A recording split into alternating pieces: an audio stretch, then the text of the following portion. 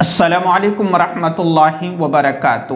رجب کا مہینہ شروع ہو گیا ہے اور یہ مہینہ بڑی برکتوں والا اور فضیلتوں والا مہینہ ہے۔ اس مہینے میں ہمیں کثرت سے اللہ کی عبادت کرنا ہے۔ آج ہمارے سامنے اپنی زندگی کی کئی ساری پریشانیاں ہیں اور ہر انسان کسی نہ کسی پریشانی اور مشکل اور حالات سے گزر رہا ہے۔ کوئی اپنی نوکری کو لے کر کے پریشان ہے، کوئی جاب کو لے کر کے پریشان ہے، کوئی اپنی تجارت اور کاروبار اور قرض کو لے کر کے پریشان ہے، یا کوئی اور شخص کسی اور پریشانی سے گزر رہا ہے۔ تو ہمارے سامنے بہترین موقع، بہترین مہینہ چل رہا ہے۔ یہ مہینہ برکتوں والا، فضیلتوں والا مہینہ ہے، اور وہ مہینے، وہ دن اور وہ راتیں کہ جن کی فضیلتیں حدیث مبارکہ کے اندر اور قرآن کریم کے اندر آئی ہیں، ان مواقع کو ہمیں غنیمت سمجھ کر کے اور ان مہینوں کے اندر اور ان دنوں کے اندر ہمیں اللہ کے سامنے خصوصی طور پر اللہ سے مانگنا ہے۔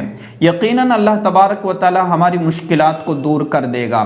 اللہ کے رسول صلی اللہ علیہ وسلم کا معمول کیا تھا کہ جب رجب کا مہینہ شروع ہوتا تو آپ کیا دعا کیا کرتے تھے؟ اللہم بارک لنا فی رجب و شعبان وبلغنا رمضان، کہ اللہ ہمیں رجب کے مہینے میں اور شعبان کے مہینے میں برکت عطا فرمائیے اور ہمیں رمضان تک پہنچا دیجیے، تاکہ ہم رمضان کے اندر اللہ تبارک و تعالیٰ کی بھرپور عبادت کر سکیں۔ تو ہمارے سامنے یہ بہترین موقع چل رہا ہے۔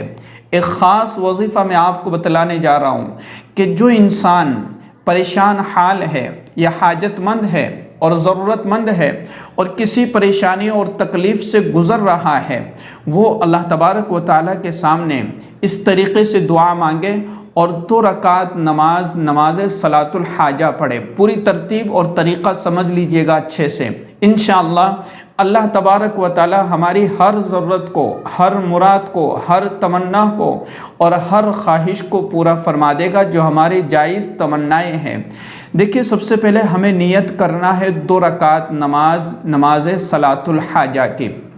اللہ تبارک و تعالیٰ نے قرآن کریم کے اندر فرمایا کہ یا ایھا الذین آمنوا استعینوا بالصبر والصلاۃ، کہ ایمان والوں، جب بھی تمہیں جو ہے مدد مانگنی ہو تو صبر کے ذریعے سے اور نماز کے ذریعے سے اللہ تبارک و تعالیٰ سے مدد طلب کرو۔ اور اللہ تبارک و تعالیٰ ہی وہ ذات ہے کہ جو ہماری مشکلات کو دور کرنے پر قادر ہے۔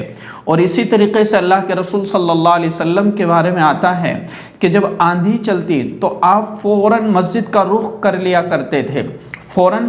اور صحابہ کرام رضوان اللہ علیہم اجمعین کا بھی یہی معمول تھا کہ جب بھی کوئی پریشانی والی بات سنتے یا جب بھی آپ پر کوئی پریشانی یا تکلیف آتی تو صحابہ کرام رضوان اللہ علیہم اجمعین فوراً جو ہے نماز کی طرف رخ کرتے اور اللہ تبارک و تعالیٰ سے صبر مانگتے، اللہ تبارک و تعالیٰ کے سامنے ان مشکلات کے ختم ہونے کے لیے دعائیں کیا کرتے تھے۔ تو ہمارا معمول بھی کیا ہونا چاہیے کہ جب بھی پریشانی آئے فوراً ہم اللہ کی طرف اپنا رخ کریں اور اللہ تبارک و تعالیٰ سے مانگیں۔ تو 2 رکعت نماز صلاۃ الحاجہ ہمیں پڑھنا ہے۔ یہ وہ نماز ہے کہ جو ہماری زندگیوں کی مشکلات کو دور کرنے والی ہے۔ اور پھر اس کے بعد میں پہلی رکعت کے اندر 10 مرتبہ سورہ کافرون یعنی قل یا ایھا الکافرون پڑھنا ہے، اور دوسری رکعت کے اندر سورہ فاتحہ پڑھنے کے بعد 11 مرتبہ سورہ اخلاص یعنی قل ھو اللہ احد یہ سورت ہمیں پڑھنا ہے۔ اور پھر اس کے بعد میں ہم سلام پھیر کر کے نماز سے فارغ ہو جائیں گے۔ اس کے بعد ہمیں جو ہے کم سے کم 100 مرتبہ آیت کریمہ یعنی لا الہ الا انت سبحانک انی کنت من الظالمین یہ پڑھنا ہے، اور 10 مرتبہ درود شریف جو درود ابراہیمی ہے یا جو بھی درود شریف آپ پڑھ سکتے ہیں وہ درود شریف پڑھ کر کے اور پھر اللہ تبارک و تعالیٰ سے اپنی حاجت اور اپنی ضرورت کو رکھیں، اللہ تبارک و تعالیٰ کے سامنے گڑ گڑا کر کے روئے۔ اور جو ہے آپ کو یہ نماز کسی بھی وقت پڑھ لینا ہے، چاہے آپ عشاء کی نماز کے بعد پڑھیں، چاہے مغرب کی نماز کے بعد پڑھیں یا ظہر کی نماز کے بعد پڑھیں، جب بھی آپ کو موقع ملے، جب بھی آپ کے پاس میں موقع ہو اس وقت میں یہ نماز پڑھیں اور آیت کریمہ 100 مرتبہ پڑھیں، کیونکہ لا الہ الا انت سبحانک انی کنت من الظالمین یہ وہ آیت ہے جس کو حضرت یونس علیہ السلام نے مچھلی کے پیٹ کے اندر پڑا تو اللہ تبارک و تعالیٰ نے آپ کی دعائیں قبول فرمائی۔ اور اللہ کے رسول صلی اللہ علیہ وسلم کا ارشاد بھی ہے کہ جو شخص اس آیت کریمہ کے ذریعے سے اور اس اسم اعظم کے ذریعے سے دعائیں شروع کرتا ہے اور اللہ تبارک و تعالیٰ سے مانگتا ہے تو اللہ رب العزت اس کی دعاؤں کو کبھی بھی رد نہیں فرماتے۔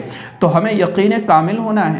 دوسری بات کیا ہے کہ جب ہم دعا کریں تو ایسے نہیں، یا ہم یہ وظیفہ پڑھیں تو ایسے نہیں کہ بس ایک مرتبہ پڑھ کر کے ہمیں چھوڑ دینا ہے، بلکہ اس کو مسلسل پڑھنا ہے جب تک ہماری حاجتیں پوری نہ ہو جائے، جب تک ہماری ضروریات پوری نہ ہو جائے۔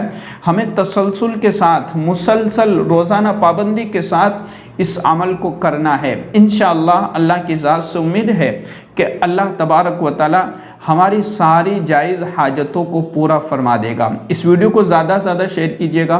السلام علیکم ورحمۃ اللہ وبرکاتہ۔